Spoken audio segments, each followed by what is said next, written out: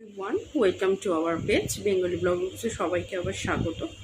আজকের একটা ছোট্ট ভিডিও করছি, যেটা আমার মনে হচ্ছে যে আমি সাফার করছি এবং অনেক স্কুলের যারা ছোট ছোট বাচ্চা হোক বড় বাচ্চাও মোটামুটি সাফার এগুলো করে। আমার বক্তব্যটা আজকে হলো যে কোনো ক্লাসের বাচ্চারা দুষ্টুমি করবে এবং ছটফটে হবে বা কোনো কারোর জিনিস সেটা হাত দিতে চাইবে, এই পর্যন্ত নর্মাল।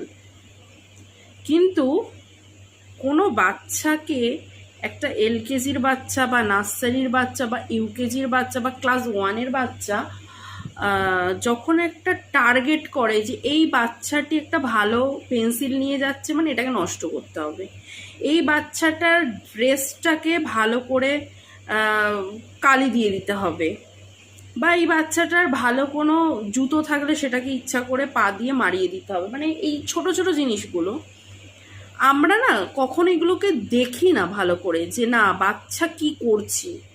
আমার মনে হয় এই ছোট ছোট জিনিসগুলোকে বাচ্চাদেরকে শেখানো উচিত যে কারোর ক্ষতি করা আমাদের উচিত না।